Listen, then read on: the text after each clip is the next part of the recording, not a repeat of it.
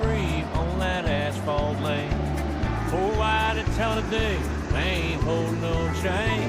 Gordon's right back Cuthbert, and we get Biggie. Bars and umbrella song box, paper is 19. 4 cars side by side in a wild friend ride, with the roar of the engines leaving all doubts behind. As the wheels spin on, chasing dreams we can't hide. That's car life where legends never die. All right, welcome, ladies and gentlemen, back to the Four Wide Podcast. I am once again here. Sorry about last week. We had some problems getting everybody on. I had a really bad mouth, I think, allergic reaction. I couldn't even talk really last week, and everybody else had a busy schedule going on. But we do have Blake here with us today, and he is got a special guest with us today. I do. I am joined to my side here. I know if you're tuned in on YouTube, you can't see it, but I got my son Steven here. He is I guess a honorable mention guest. Not quite ready for the camera yet, but he's at least live audience, right? So we're making gains, Cole. We're making gains. We're one listen at a time. Is all we can do. One listen at a time. Yeah, that's right. But now I've been super good. Today is actually his 1 month anniversary. He was born 1 month ago today, so super fun and love it. I already bought him some Larson gear at the track, like a little 3 to 6 month old Larson onesie, and so mom and dad got me some little outfit for him. It says Daddy's Little Racing Buddy, so he is good to go when it comes to the fandom right now. That's right. That's how you want to start them out. Little bitty baby steps, and boom, before you know it, you'll have probably end up with a Chase Elliott fan or a Denny Hamlin fan, but still. Going to try to make it through. If going to try to cancel out all the little baby noises right here while my wife tries to get some rest, but we'll do what we can. Trying to multitask. So obviously we missed last week. I'm not going to sit here and try to recap last week because there's just trying to fit 2 weekends worth of stuff in one podcast to just be too much for everybody. I think we can barely handle most regular weeks for us. So we're just going to stick with Rockingham this week. Obviously, Cup was off, and that was a big concern for a lot of people. Or NASCAR fans, like, why can't NASCAR race on Easter where you have MLB on Easter? And there's pushback from obviously people within the industry, but like, hey, we have like 1 or 2 off weeks a year, and you guys are going to be upset that we have Easter off. I think as a fan, it really doesn't matter what off week they have. They are entitled to that, and it just worked out where it's scheduled for the Cup guys to be off this week, which, I mean, we had 2, well, technically, if you include the ARCA race, we had 3 really good races at Rockingham this weekend. A lot of big names, a lot of storylines, a lot of teammate on teammate crime, man, just overall, just really good stories throughout. And obviously, starting with the truck race, that I guess the first thing that most people would gander to is, Corey Heim, obviously. Won another race, shocker.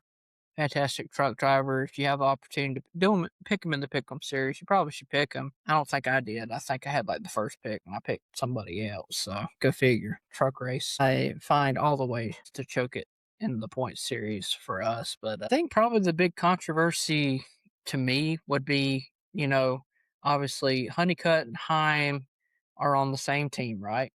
And their teammate was in front of them racing. Stay on the lead lap, I guess, but I mean, literally last lap, if he's not already a lap down. And instead of, trying to go to the bottom, get out of the way, where you're not trying to play into the ending of this race, he decides to hold the high line, kind of nullifies what Honeycutt's run is. Corey Heim's able to run the bottom pretty clean, get by, and is able to get the win. And even though Honeycutt, I mean, last 5, 6, 7 laps was cutting down into that lead a lot. He really had a fast truck in the race. Obviously, that would have been Honeycutt's first win, I think. So, especially at Tricon. So that was a big controversy. Now, there's been people saying that obviously the spotter was different this week for the race truck. At the end of the day, as a race car driver, I'm sure you aren't looking in the mirror, but I feel like the spotter at least communicated that there was someone behind them racing for position. If it's your two teammates, I feel like you would want to get out of the way. Yeah, I thought that was a super odd dynamic, right? Because you got the teammates, the guys are probably not the same spotters that it is with most weeks. Yeah, I ain't gonna lie, man. If I'm the 11 team, I am probably mad at the 15, and rightfully so, you know? I mean, it's a time when there's not going to be many cup guys in there because it's an off week. It's your time to shine as a series regular. And truly, one got away if you're the 11 team, right? And like, I think Cut's going to win races in that 11 truck, no doubt. But still, he's searching for his first win, and it kind of got screwed over for him by a teammate. And that it's never great, you know, especially like you're at a marquee event like for the Rock and super hype weekend where NASCAR's trying to get back to the roots a little bit, go back to a track that was revered amongst fans, and you want to win.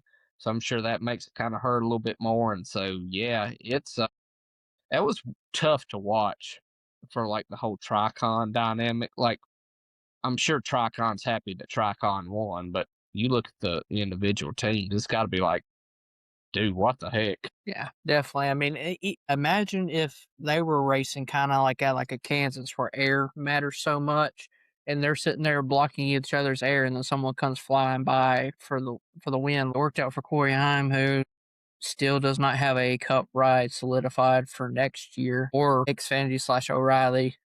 I mean, I know that he's 2311 developmental driver, whatever.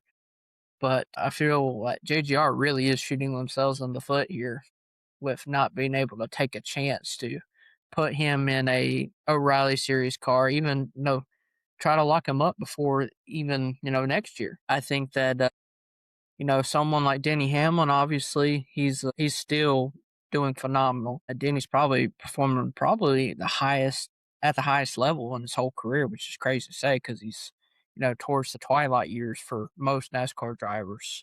Usually, this is where the decline happens. Like a Phil Negro or Joe Negro, they were able to play really late into their careers because they were knuckleball pitchers in MLB.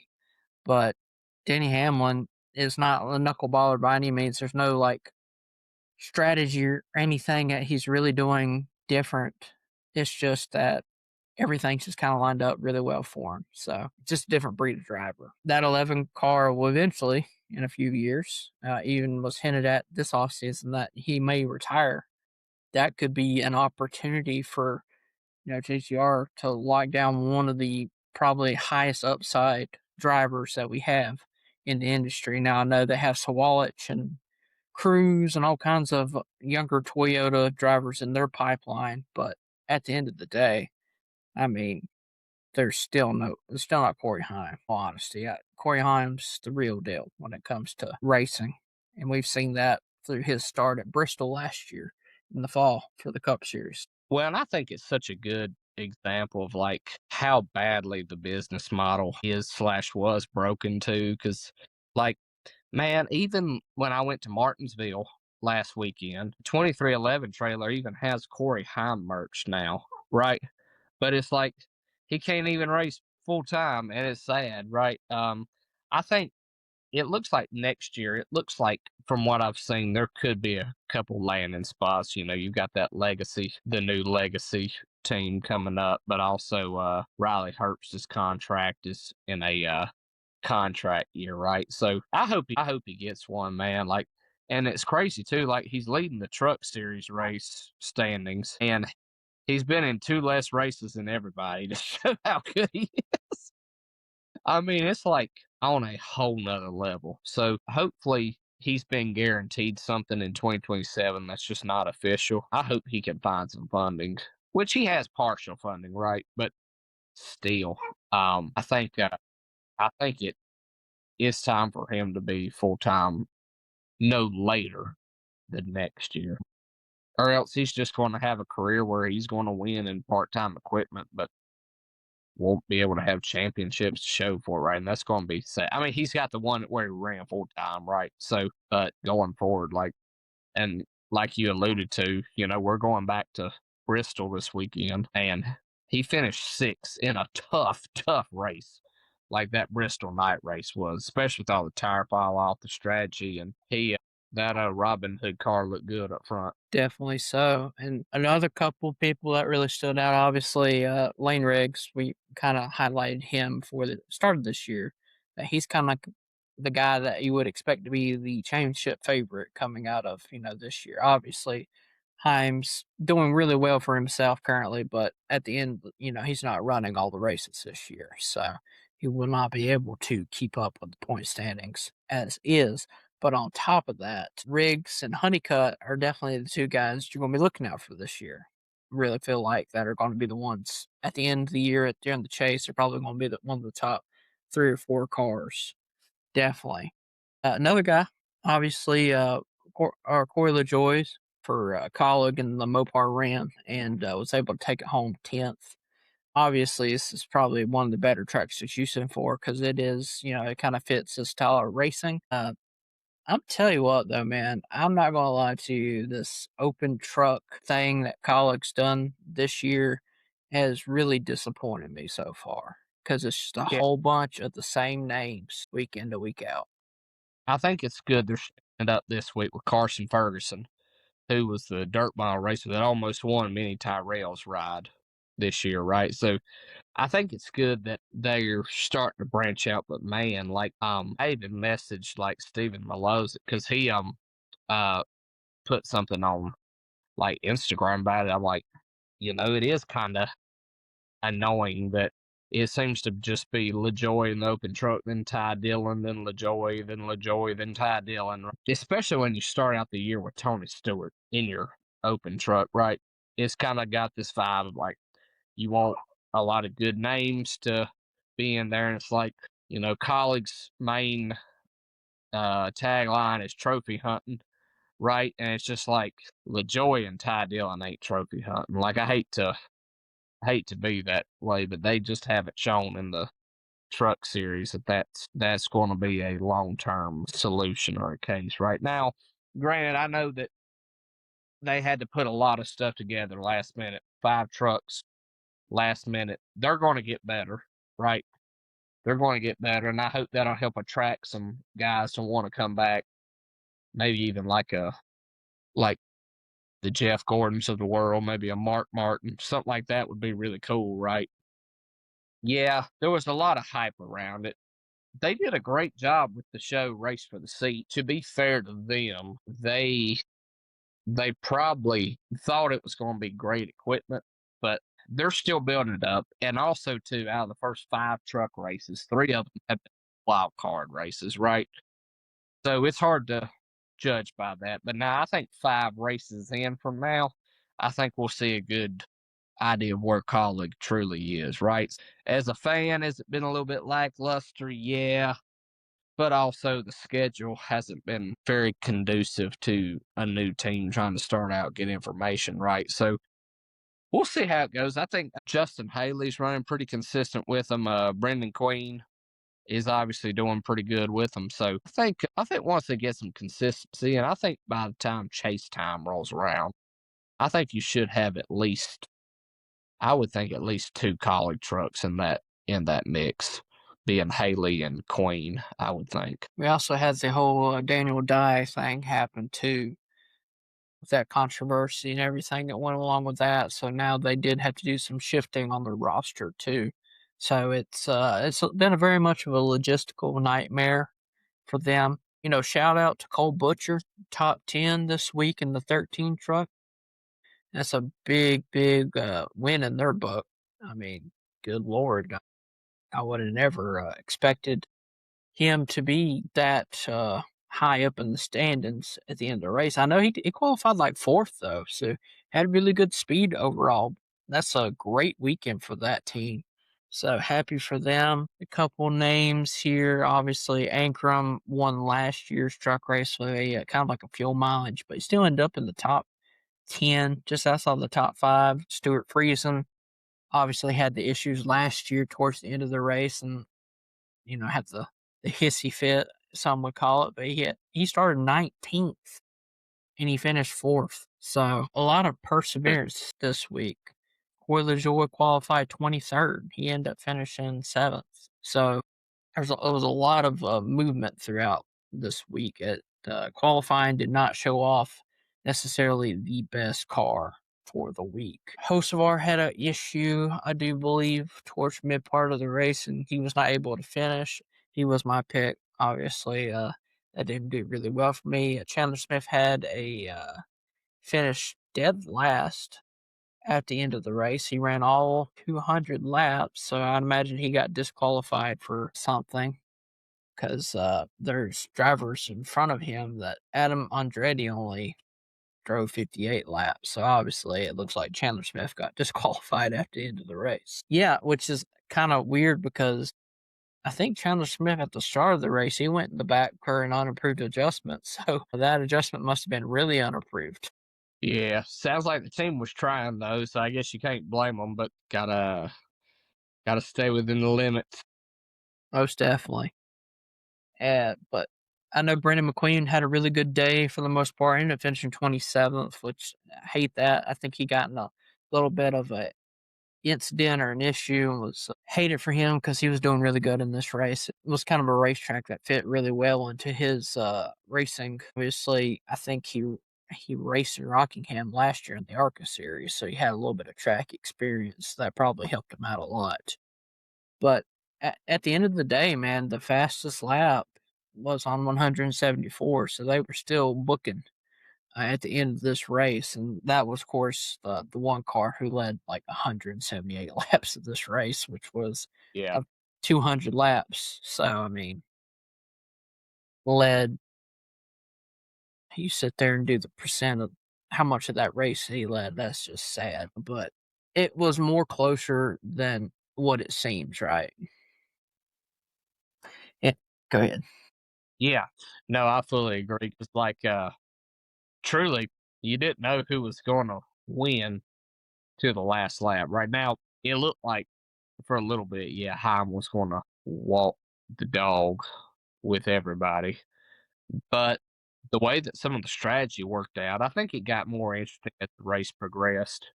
Right. I think it's probably safe to say first couple stages you're like, all right, the race for second was probably going to be more interesting than the race for first, right? But with some of the strategy, the way it worked out, I think it turned out a pretty decent race towards the end there. Yeah, I mean, we only had 4 cautions, obviously 2 of them for the stage breaks. So a lot of green flag racing, but even with that, it was a race that kind of kept you engaged because there was plenty of battling throughout the field, which is great to see. Only 6 lead changes, so obviously we mentioned that it seemed like Corey Heim was going to be the guy, but Honeycutt, lap 199, the white flag, he had the lead on that lap, but Corey Heim had the lead at lap 200, the one that truly mattered, and the margin of victory of that was 0.090. So, very close race. I don't know if I was pulling for Honeycutt necessarily. I love seeing anybody get the first win. I think Corey Heim's something special too, so I can't pull against him by any means, but it's nice to see somebody else win. Anybody coming into a race with Corey Heim at this point's got to be painted the underdog at this point when it comes to the truck series. Well, and I think too, the fact that you're running with somebody like Corey Heim can help solidify your name, you know. And in a way, I don't envy Caden Honeycutt at all because, like, that going in, that truck won 10 races last year, probably should have won 15 to 16, right? I think most people have probably managed their expectations pretty well with him, but him, that truck is capable of winning every single week. He had big shoes to fill, no doubt, and he's up there racing with the guy who's pretty stellar, right? So I think if he uses it right, that's a real big confidence booster for him, and he's in much better equipment too this year than what Nice was, right?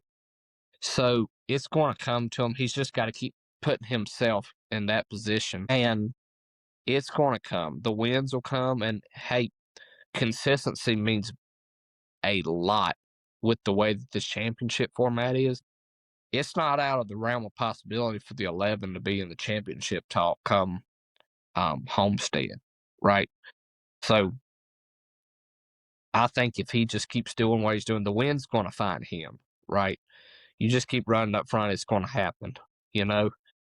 Hopefully a little bit sooner than what it did for Sheldon Creed a few weeks ago, right?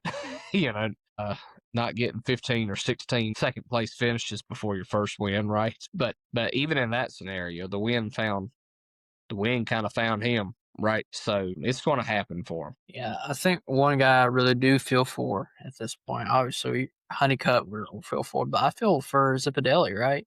The crew chief of the 11 truck, because he wants to sit there and be like, hey, I don't want people to think the reason I won so many races because Corey Heim. Obviously, Zipadelli's had a very historic career, but I know that he wants that win so much as well because that really solidifies what he put into last year. Obviously, we know he's a creative mind, one of the best guys in the garage in the truck series, but that would be a really good confidence motivator for him if he was able to secure a win this year with Honeycutt. Yeah, absolutely. Don't disagree with that at all. Most definitely. But I think we're going to go ahead and move on to the O'Reilly / Xfinity series for you guys, the former Xfinity series. We've seen a first time winner, which is always exciting. And a guy that we've seen a lot of name wise. We know there's a lot of hype behind him.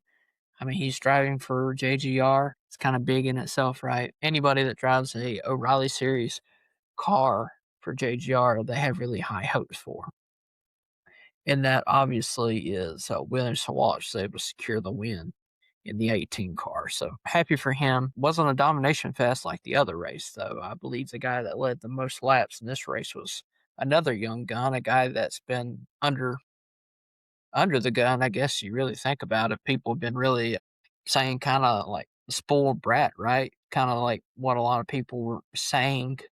That was obviously Corey Day. He won 2 stages, ended up finishing in the top 10. And the only reason that he probably didn't win this race is probably because of a pit road blunder, because it just seemed like whenever he got back in the pack, his car just did not run well in dirty air compared to that first place air he had pretty much majority of the race. Yeah, Corey Day is going to be a great driver. No doubts about it. I think he's slowly progressing into it. Like first year, most people don't do fantastic in their first year. It takes a couple years. Your guys like Zilich are special. Chase Elliott's who go win lots of races in your first full-time year in that series, right? But Corey Day is really progressing, and there's a lot of good elements with him being like in a dirt track background, but also trying to manage an asphalt race is different than a dirt race, right? Where dirt racing, you're just full throttle whole time. You don't have tons of laps to work with. Pavement racing, you got a decent amount of laps to work with. It's a slow process, right? You got to work your way up, get comfortable with the new cars that you're driving, right? So I think Corey Day is going to be a superstar with the O'Reilly series. I don't know if his aspirations are to go to Cup or what, but Jeff Gordon, Kyle Larson, a lot of those guys are behind him, and they have a pretty good track record of like picking out talent, right? Gordon spotted Jimmy Johnson, and be a pretty good talent, right? Kyle Larson was talking about Christopher Bell one time, said he thought he was better than himself. Christopher Bell shown to be super good in the Cup Series, was great in the Xfinity Series when it was called that, right? So really good race car drivers that we see there, and especially Day. I think Corey Day is probably going to get his first win soon. And the fact that he ran that well at a place like Rockingham, man, that track is bad to the bone. Like the high banks, the speed. Cole, I know you got to go to that race last year. What, from a fan's perspective, what track do you think probably relates the most to Rockingham, like high bank corners, decent amount of speed down the straightaways. What were you thinking as a fan of that race, sitting at that race last year? What a way to put a man on the spot here, man. It's definitely a tough race to sit here, especially track wise, and compare it because it's so unique. I think the best quality of Rockingham is the maneuverability that you're able to carry off, because there would be multiple times you go through uh, the corners and you're able to move lanes a little bit, but obviously you had to be talented enough not to spin out. We've seen that with a couple of drivers during the Raleigh Series race this weekend. But the maneuverability, I guess, kind of mirrors like a Kansas, right? Because you kind of have different groups that you can run, and there's different speeds. But obviously, it's tough to really race three wide in particular places on the racetrack. And if you do, you kind of put yourself in a bad place. We've seen Quapple and Allgaier kind of get into it when Quapple tried to take it three wide. I think Craig was on the outside, Allgaier was in the middle, and Quapple was trying to go three wide, and he kind of slid up the racetrack. It's not a very groovy racetrack, so there's not a lot of grip. So if you're going to make a move, you need to make sure that you have enough momentum and speed to be able to get by where you don't have those issues where you're trying to run into people. And we seen a couple of, a whole bunch, I guess, really. It's not even a couple. We had Love and Caruth get into it again this week. Obviously, Quapple, Allgaier, and Creed, but just numerous times that cars would just run into each other. And just a lot of deferring speed. And I think it really showed, I'm trying to think of a good way to put this. It shows the gap. You could be in really good equipment, but this is a racer's racetrack. This is a track where good racers most of the time win. This is not like a Daytona or a Talladega where, skill plays some part into it. And obviously there's really good drivers that, play tracks like we think of Dale Jr., Dale Sr., people that do really well throughout their career. But this is a true racer's racetrack. You don't luck into it. I guess if you really think about it, it's kind of like a Darlington in that regard. We say that people don't luck into Darlington. Now, obviously, the tire wear is not nearly as bad as Darlington is. But yeah, I think that it's a very unique racetrack, and I think that it showed itself that it belongs on the Cup circuit. The last two times they've been there. I think that it would be a popular return if they did that, even if it was for an all-star race. Yeah, I was going to say two things there. Yeah, I agree with your assessments. Honestly, a track that kind of reminded me of, at least with the banking, was like Bristol this coming up weekend. Like high banks, you've got a lot of speed going into the corner. Going to be interesting to see if there was any correlation, any momentum, especially like I'm thinking about Corey Day, if he can, what his Bristol, if he'll be able to hang with people like Justin Allgaier and some of the Cup guys that might be running in there, right? Zilich, Sam Mayer, some of those guys who tend to do pretty well there. And then, yeah, I would love to see a Cup race go back to Rockingham. Only question, what goes away for Rockingham to go on the schedule? I don't think you really have to make anything go away, right? Move Dover back to a points race, then make this the all-star race. And then, I don't see them returning back to San Diego after this year. I don't think they're going to double dip into that. They might, sure enough. They signed a long-term deal and it works out. They did really good. But I feel like if they're really keen on keeping, a street course on the schedule, yeah, I guess they would have to replace it with something. You're losing a points race at Dover already. I think that's a travesty in itself. I think that's probably, if there's one issue that I had with the schedule the most coming into this year, was definitely at Dover. Especially Dover's another one of those tracks where real race car drivers win. It's not an easy track to win at. You don't look into a win at Dover by any means. So seeing that turn into a non-points race with the all-star race, and now they're kind of making it seem like it's going to be like gimmicked up all-star race kind of deal thing. Yeah. Yeah, I don't know. Like you said, if there would have to be a race that we'd have to take off the schedule for the Cup race, I mean, do we I've got an idea. Okay. It's not popular. And I don't want this to be the case, but I'm telling you right now, if that Cup Martinsville race doesn't start drawing a better crowd, that race is going to eventually be on the chopping block, because you know what it's starting to look like? Richmond, when that track had 2 races, right? And look, is it Martinsville's fault? No, not at all. But man, I feel like don't get me wrong, I had a fun time. Loved being there last week, 2 weekends ago. But man, that crowd was rough. I thought that crowd was very lackluster. Did it look that way on TV? Yeah, it looked pretty terrific. Like, by terrific, I mean terrible. It looked really They got to do um they got to do something with that rate. And I'm afraid that later on down the road, that spring race might be a chopping block if the attendance tends to not do well there. But I kind of I think you can keep that. I don't think it's the track's fault. I think make the product better, which I thought this year product at Martinsville I thought was pretty good.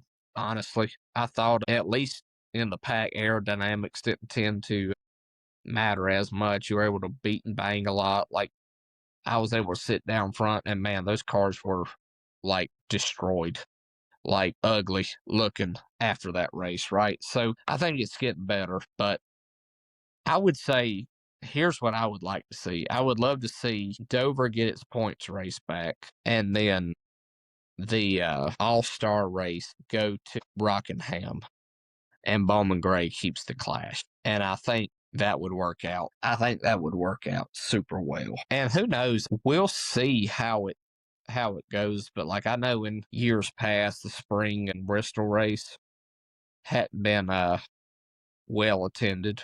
Right. I don't know. We'll see how that goes this year, but I don't know if there's like SMI would need to rearrange some stuff there in order to make it happen. But now in a perfect world, I think you keep everything and you add Rockingham to the schedule somehow.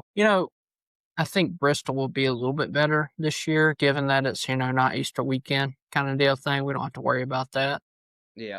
But I'm looking at, like, how much of an issue do you think it would be for them to race another week? Just another race, put it on the schedule, but then they put another off week in. I wonder if they could logistically do that.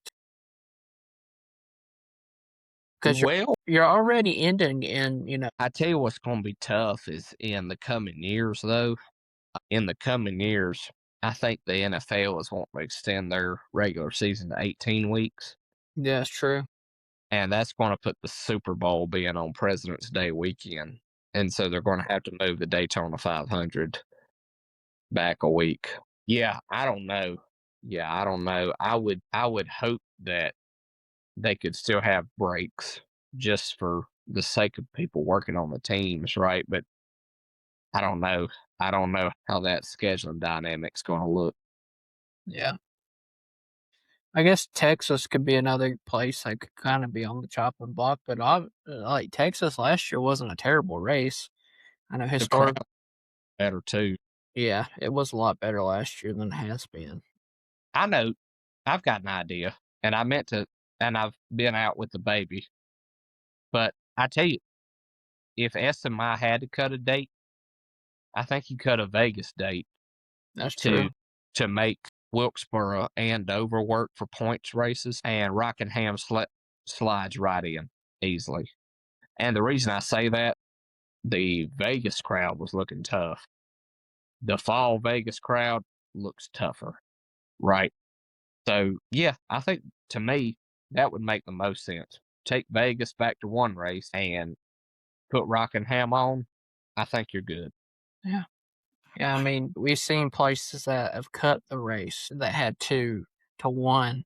The participation and ticket sales and everything is funneled to that one race, and that makes for a better crowd. Now Richmond's starting to become one of the better racetracks to go to, and now you're starting to see it fill up more than it has in the past.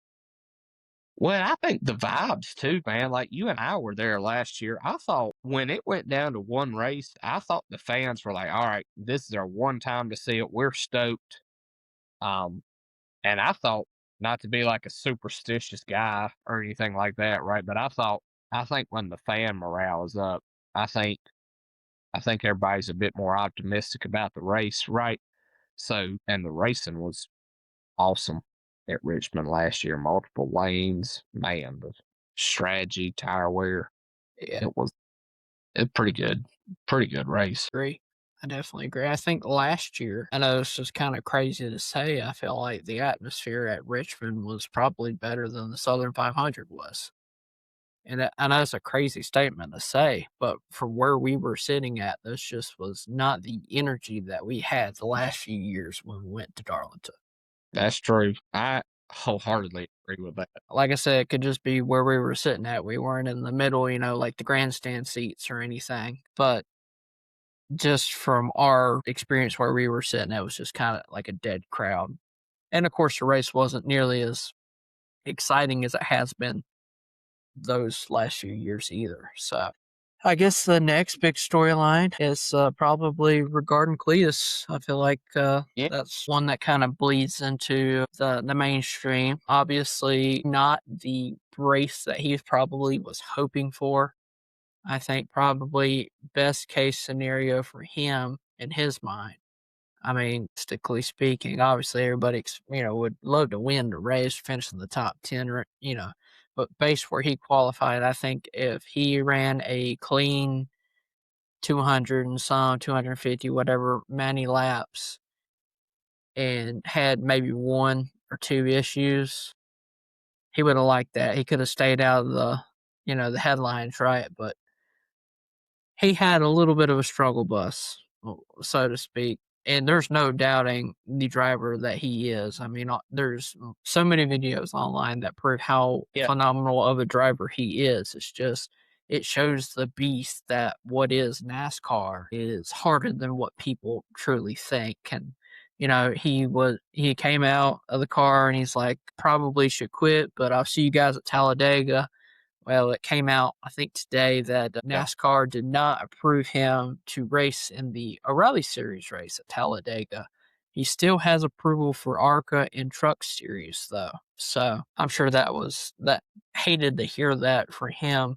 And we did as fans, too, because you'll be hard pressed to find people that really dislike, you know, Cletus. To me, it seems like the people that really don't care for him are people that are involved in NASCAR, like your media in NASCAR. And I'm not saying like reporters, 'cause obviously reporters eat what he can up, with those interviews and stuff. And TV obviously likes him, but just the people I mean, obviously DBC is not a huge fan of the way that the approval process worked out for him, right? So Right.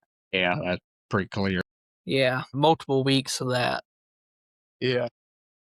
I think that obviously he doesn't need to quit because I think he likes what he's doing and you can see the passion that he does have for it. And you want someone that is passionate and cares about what he does. For And sure.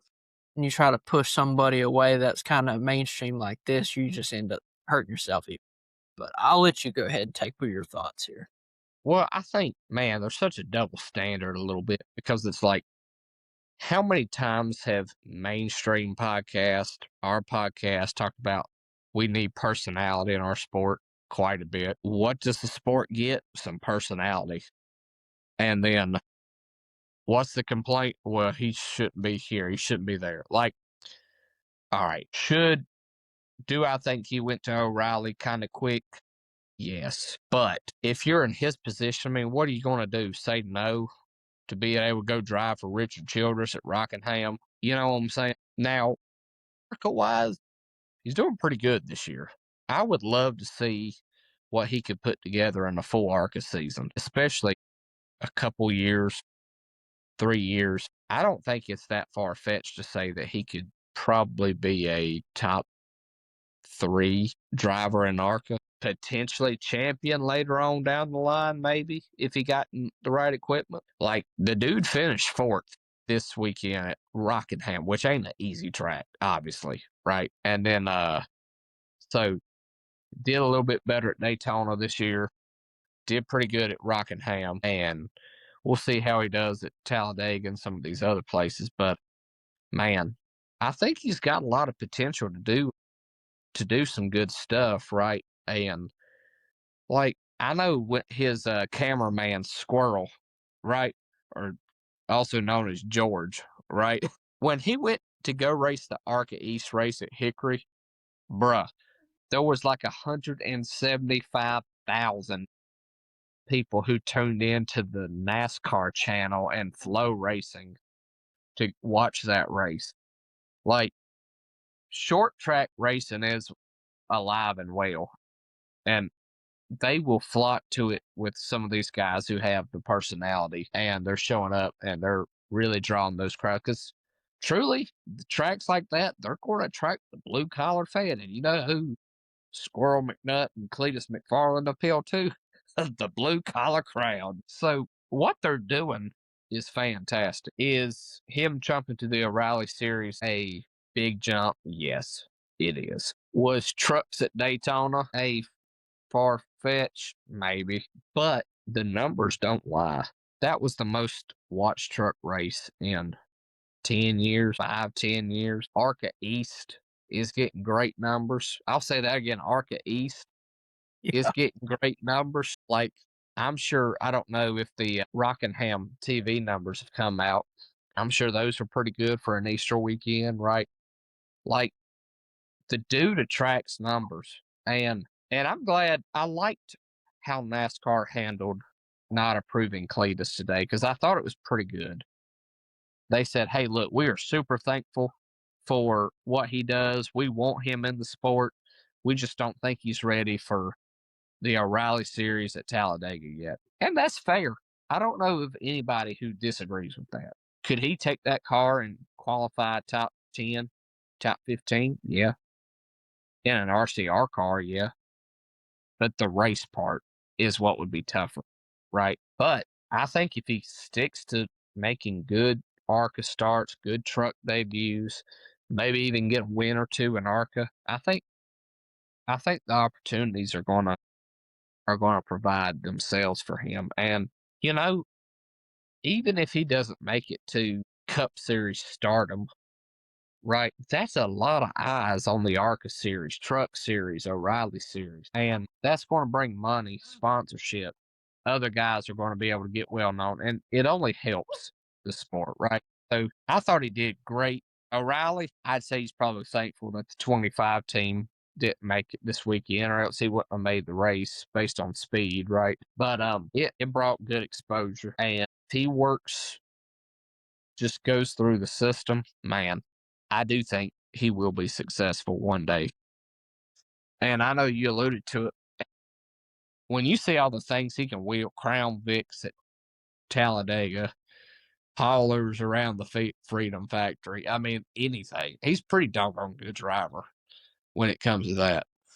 But I'm super glad he's in the sport. Yeah, one thing that comes to mind that I was thinking about, obviously, doesn't make sense this year, but I mean, what's the difference to you? This is an open-ended question. What's the difference from Cletus being able to get a try at the O'Reilly Series race and Castro Neves getting a Daytona 500 guaranteed starting position? Obviously, he's very famous for all the Indy wins that he had in his career. But when it comes to stock car racing, the experience is very limited. Where Cletus at least had some ARCA starts for the most part, had a decent amount of ARCA starts underneath his belt. You bring up a good point because for Castro Neves to run that race last year, like, here's how crazy it was. He had to qualify. He didn't qualify, which I mean, he didn't have to because he got the provisional, right? He had to race the duels. But in order for him to run the Daytona 500, he had to run the ARCA race on Saturday. I think he wrecked on like lap 1 or 3 of that race. And they're like, yeah, you're approved. Then he goes and runs the 500. And then has whatever the crap happened to him, that incident that he had was wild. I remember seeing that when we were there. We're like, what in the world happened? Like, it looked like he just didn't stay off the gas. He was spinning out and just holding the gas down. I guess just to play devil's advocate, I guess you could say Elio Castro Neves has proven himself in a lot of other legit series, if you will, not just at a local track, but in IndyCar, Indy 500s, 24 hours of Daytona, wider professional spectrum of racing that he's been on. And so if you wanted to like argue at that point, I think you could go that route. But I think the disease, the root symptom here is the approval process, right? Because you can easily like I don't think it's a bad question. It's like, well, what's the difference of somebody who's never went through any of the actual lower series and being able to get a free ride in the Daytona 500? Even like who was it? Just a few years ago, I think it was Travis Pastrana driving the 67 for 2311. No practice. He just has to go out there and qualify. Right. So, which I know he had a lot of NASCAR experience years before. Mm-hmm. But yeah, no, I think I could totally see where you're getting at with that. Because like even with like Mini Tyrell, he ran a couple ARCA practice sessions at Daytona, got approved. But first ever NASCAR race was the truck race, but also had to run the ARCA race the next day in order to like continue to be approved. It's like, what? Yeah, it makes no sense at all. It's like, what are you guys doing? So, yeah, it is a little odd, right? But, you know, if somebody wants to try it out and has got the money, has got the fame to do it, and if they go make a fool of themselves, at the end of the day, it's on them. Like, you take I mean, especially if you put yourself in like a AM racing shoes right now that has no money. If somebody like Cletus McFarland wanted to come run for you, would you say no? No. No, no, especially because that's exposure, fame, money, t-shirt sales, like tons of stuff. So, and it's like, look, if he's popular and sucks, eventually he'll get weeded out, right? Eventually. But if he does well, your sport's in a great position, you know, especially with like how close he is with some other drivers that are really good personalities, like Hocevar. Like, I know Hocevar, I think he dropped some merch when Cletus was like, you know, Carson told me that if you start the wreck, most of the time you won't be in the wreck. And they were dropping t-shirts that like 2 or 3 days later. That stuff is fantastic, right? So I think it's good. I think it needs to be embraced. I think there does need to be a little bit more clarity on the approval process, but I think they gave that today. They're like, hey, we're happy. It was constructive, right? We're happy he's here. He can do any truck, any ARCA.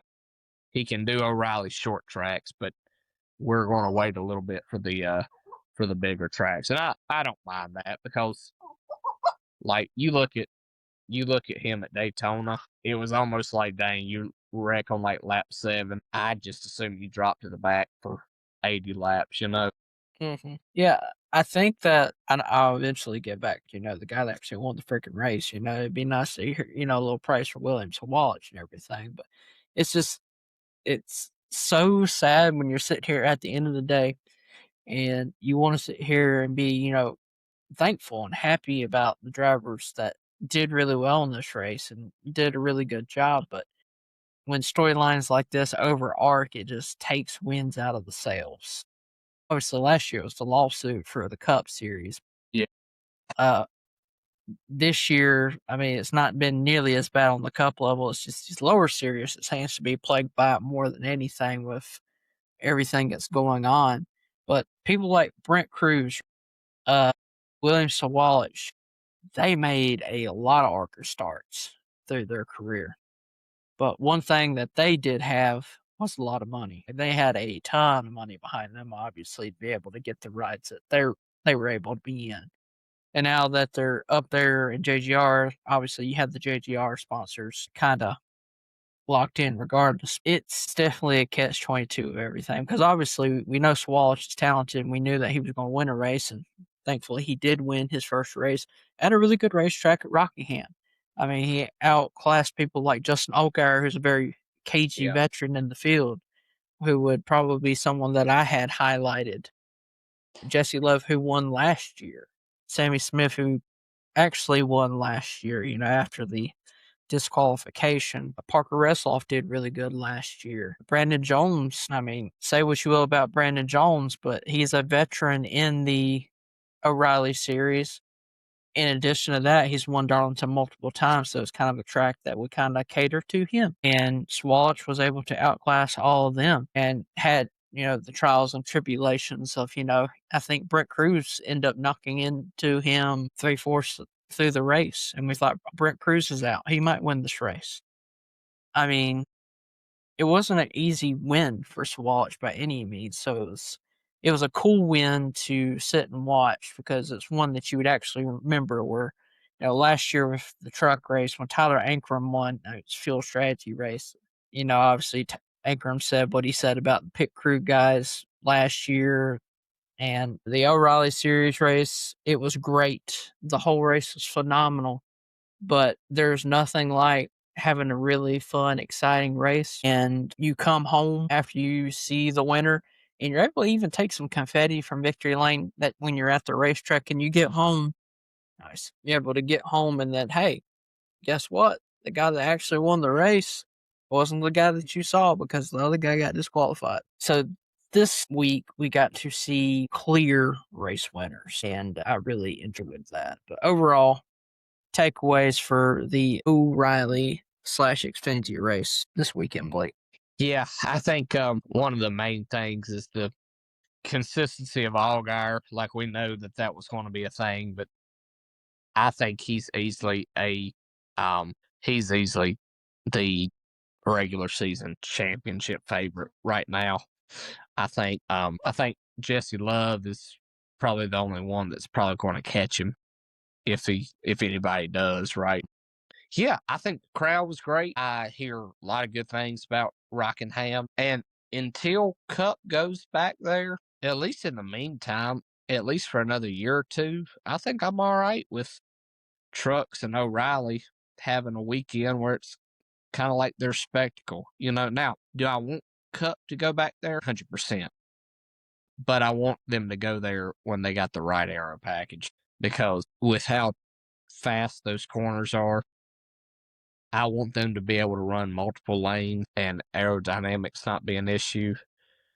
And if they can go there and some tires can wear out, aero ain't an issue, they will put on a fantastic race. So, and I don't want it to be something where it had to kind of come into its groove the way Wilkesboro had to because of how bad the car package was, right? Like, with Wilkesboro, it's never been a track issue. It's been a car issue, right? And so I don't want that to happen again for Rockingham, because NASCAR's doing a good job trying to go back to their core audience, but they've also been kind of screwing themselves with a bad car package for that core audience, right? But it's getting better. Bowman Gray thought was pretty good. It's in the right direction on tracks like Darlington and Martinsville, and we'll see how it is with Bristol this coming weekend. Yeah, we got a pretty stacked weekend this week. We have 3 races at Bristol. If I believe, doesn't ARCA also race this weekend too? Or they're the fall, aren't they? Yeah, that's the fall. There is an ARCA West race out in Tucson, though. We got 3 races this weekend. A bunch of different names, right? Guys that we've never heard of, like Corey Heim in the one car making another start at Bristol. It's like, who is that guy? Never heard of him before. But he'll have to earn it this weekend because there's multiple drivers that are making open starts. Luke Baldwin in the 2, Ricky Stenhouse in the 4. The 5 is still to be announced at the current moment. The 7 is going to be piloted by Kyle Busch. The 5 is going to be Briscoe this week. Stack lineup. 5 is Briscoe. 7 is Kyle Busch. 25 is Carson Ferguson. 45 is Ross Chastain. 62 is Christopher Bell. Daniel Suarez in the 71 and Carson Hocevar in the 70. Wow. Imagine if Corey Heim wins this race. How much of a booster that will be for him coming into the 2027 season for next year. Well, and somebody like Lane Riggs, who's won the last 2 Bristol races, how he of these top-notch guys too. Yeah, most definitely. The O'Reilly Series race, we got a couple other guys. Another guy we've never heard of, Connor Zilch in the 1 car. It's not like he raced there any. Orson Quapple in the 9, Raja in the 32, Logan Bearden in the 42, Joey Gase in the 55, Kyle Larson in the 88, and Mason Biggio in the 91. Let me see here, make sure they don't have anybody. Right now they have the 5 to be announced, the 35 for Joey Gase to be announced, and Mike Harmon Racing's entry to be announced. It seems like Joey Gase, man, the last few races, it really seems like it's like a 2BA kind of deal thing. So yeah, it seems like a lot of last minute deals on that. Yeah, a lot of last minute deals for sure. I think that's a good way to summarize that. And then the iconic name Food City 500, a very historic race. There's only one team that is open entry for this race, and that is the 66 car of Blake's long lost cousin, Chad Fincham. Chad Fincham will be racing. Journeyman in NASCAR is Chad Fincham and what he was able to do throughout his career. Always good to see him. I think, I know it's kind of an odd thing, but one thing that I think of when I think of NASCAR is I obviously think of the sponsors, but Lance Crackers is actually sponsored Chase Briscoe at Bristol this week. And for anybody that's not from the South, Lance Crackers are known as Naps to us Southern people instead of peanut butter and crackers. So they're sponsoring Chase Briscoe this weekend, which is pretty cool. Not cool is Mr. Alex Bowman's looking like he's going to be missing the next 3 races, and Justin Allgaier will continue to fill in for the 88 machine as the years going on, man. As a Alex Bowman's fan, it's not looking great, to be perfectly honest with you. It's not a good formula currently for him. So, yeah, I mean, Bristol's one of my favorite tracks to go to all year. Obviously, Blake mentioned the banking. It's one of the most prominent things about Bristol. If you ever go to the racetrack and you're sitting in your seats, it feels like you're sitting on the edge of a cliff because of the banking. It feels like you're inside of a hill almost. It's pretty crazy. The atmosphere there is usually really, really cool, especially in the fall race. Playoff Bristol just has, a little extra energy that fall Bristol usually doesn't have. But it's a short track. If you guys don't know, Bristol is a short track. It's,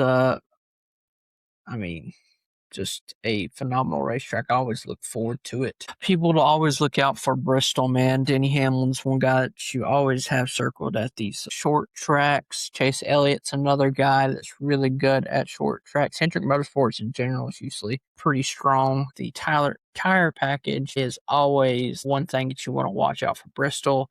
And Goodyear is bringing new left and right side tires for the Cup Series race at the concrete racetrack. It's designed to minimize the day-to-day temperature swings that we have seen, so it will be able to withstand high speeds and heavy loads. This is going to be different. They're bringing new tires to the Cup race, but the Truck Series race and the O'Reilly Series race are going to be running the same tires, respectively, that they've been since 2022. Blake, what's your thoughts on this?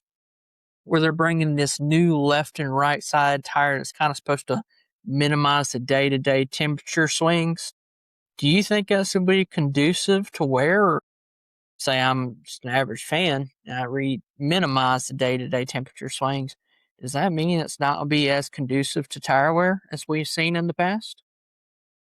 Man, Bristol's such a wild card on these because, to be quite honest, I like it when they cord, and they cord big time, right? I think it provides a wild strategy play that you got to try to handle. But also, too, that's exactly how old school Bristol used to be.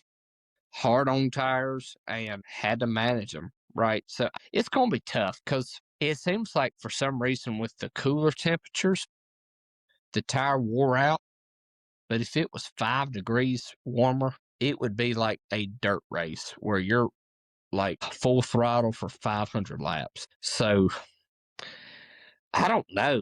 I think I would be doing a huge disservice to everybody by saying, yeah, I know, because it's going to be wild. Like it could be one way during practice, and it's going to be, it could be another during the race, like we've seen. So, gonna be interesting to see, like, even if they still cord, you know? So, I don't know.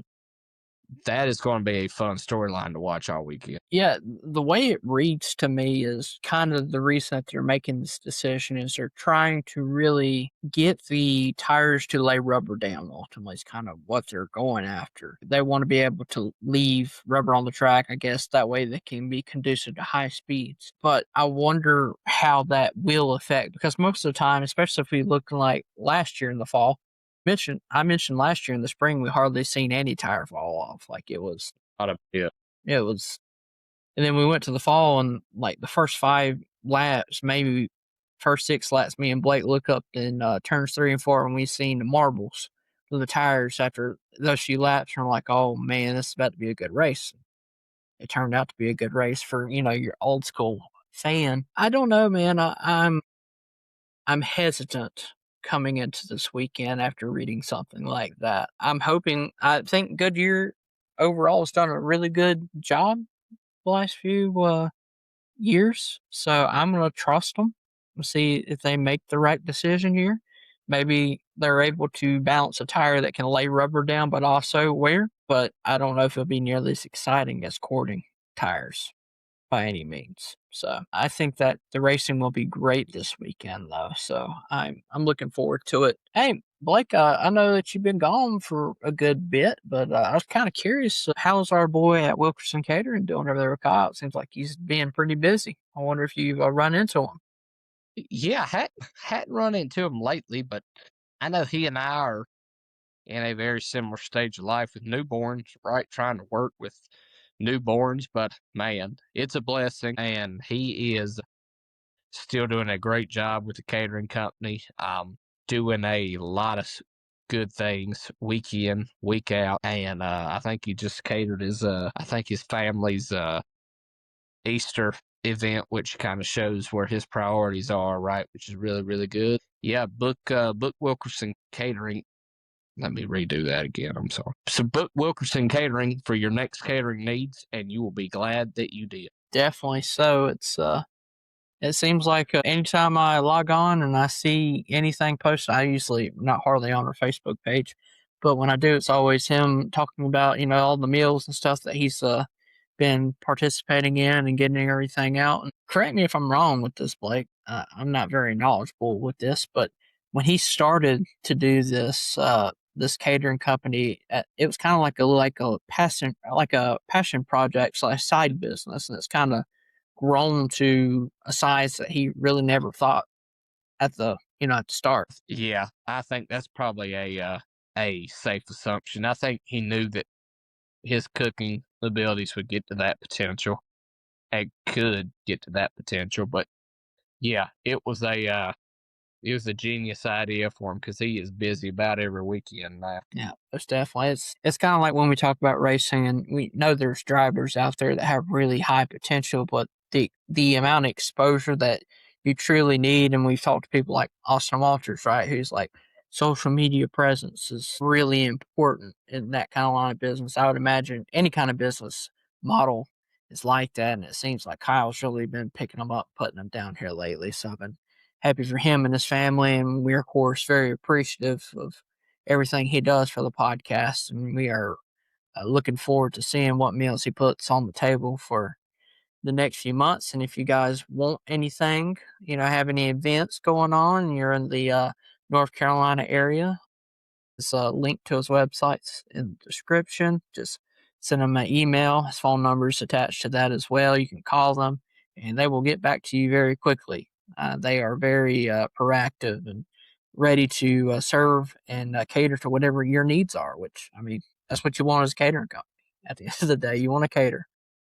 But we are looking forward to providing you guys with our spicy hot takes for this week. There's only two of us. Also, our pick'em series will be probably delayed. You guys won't know who we pick because obviously we don't have the two other boys here and they weren't able to forward their decisions to me or Blake. So we're going to have to do that probably before the race weekend, obviously, but we can kind of talk about and recap what happened the last 2 weeks. So, but before that, Blake, what's your spicy take for the Bristol weekend? You know what? I'll say Chad Fincham gets a top 20 due to attrition. Okay. Yeah.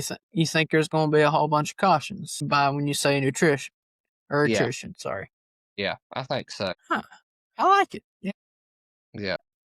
Sometimes it's just about surviving those races, man. At the That's end of right. the day, it really is. is.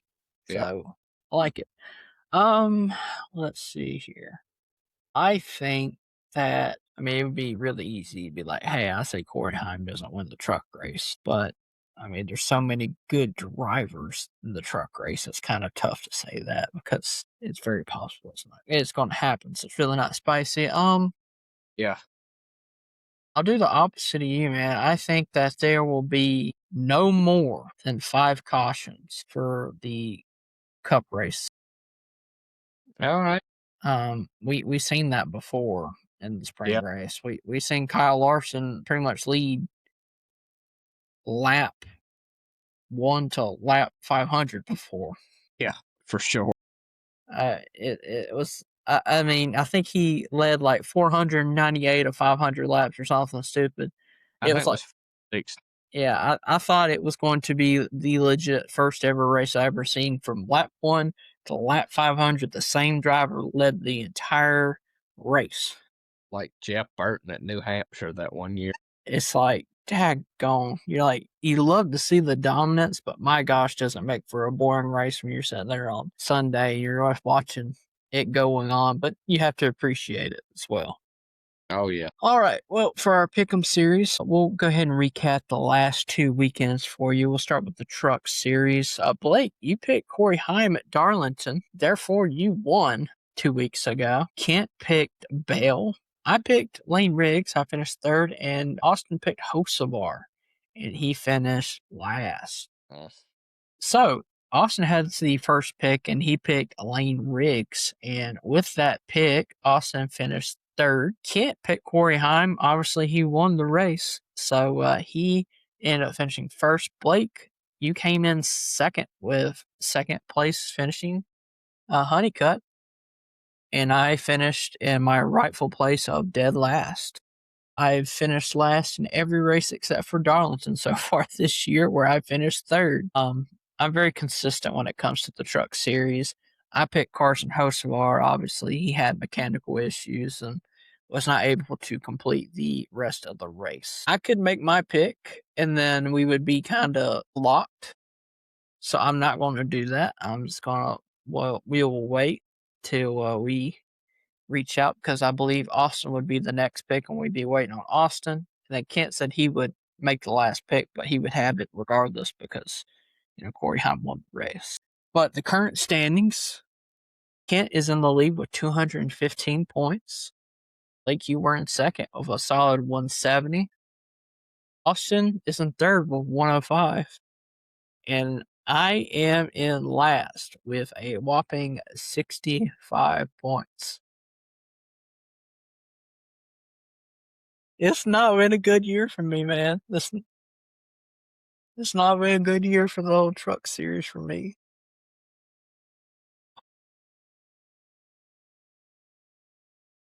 So I have to recollect myself after that. Hey, I did win Martinsville with the O'Reilly series. I picked Sammy Smith, and I was able to win that weekend. Austin picked Shelby Creed. He came in 2nd. Kent picked Austin Hill. He came in 3rd. And Blake, you finished last with Taylor Gray. He had didn't he wrecked or something, didn't he? Or he had some kind of mechanical issue? Yeah, I think it was something like that. So, Blake, Dang. you had the first pick this week, and you chose a really good pick going into the weekend with Jesse Love. And with that pick, you finished dead last. Can't pick Justin Allgaier, and that was the guy that ended up punching his ticket to the win for this week. Austin picked Sammy Smith, another good pick for this weekend. He came in third because I picked Parker Resloff, and Resloff was able to out position Sammy Smith and Jesse Love. Now, who would have had that coming into the weekend? Man, that was a tough fourth for me.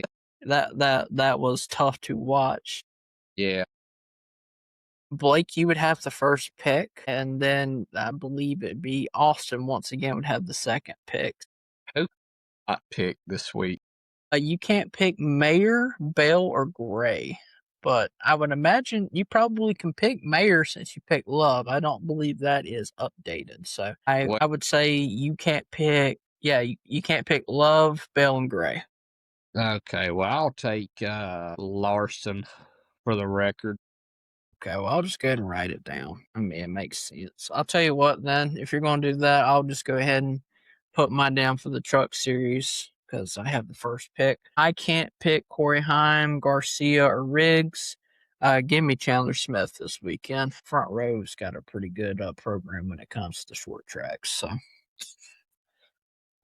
Blake, you are currently leading the O'Reilly Series points with 220 points. Blake against second with 205. I am right behind Ken at 200, and Austin is bringing up the rear with 160 points. To recap the Cup race at Martinsville, I had I don't know what pick I had because he reorganized them, but I picked Denny Hamlin. He won at Martinsville. No shocker to anybody, I don't think, right?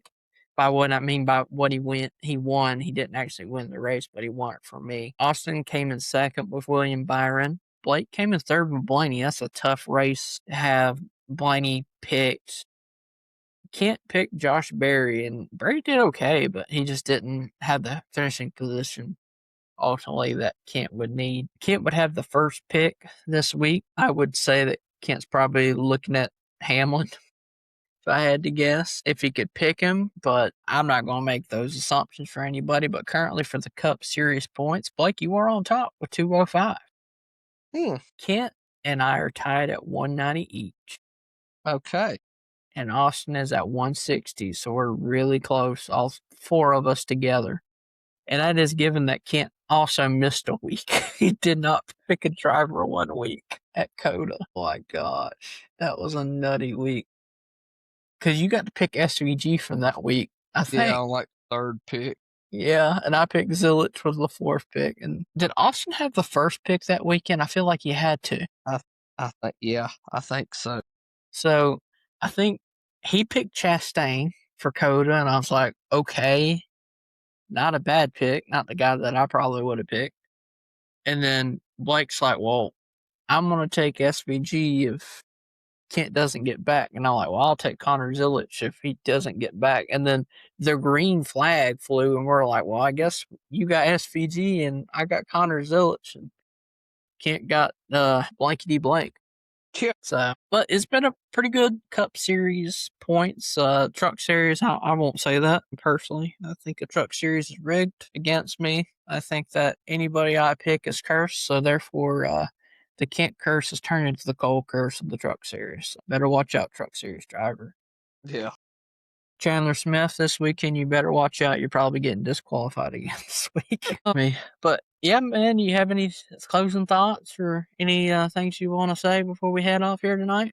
No, looking forward to Bristol now that going to be slowly trying to get back. We'll see if we can get some more guests on the show. I've got a few folks in mind that I'd like to reach out to. Carter Krogan is trying to set us up to get a interview in with his mentor PJ Materano, and I believe that could be a really fun one.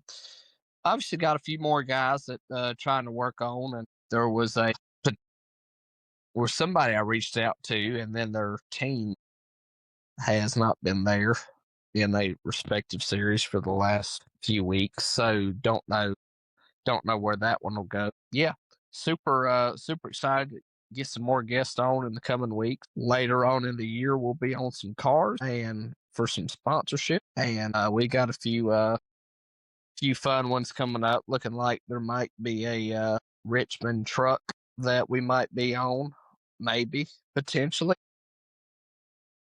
First time I'm hearing about it. Yeah.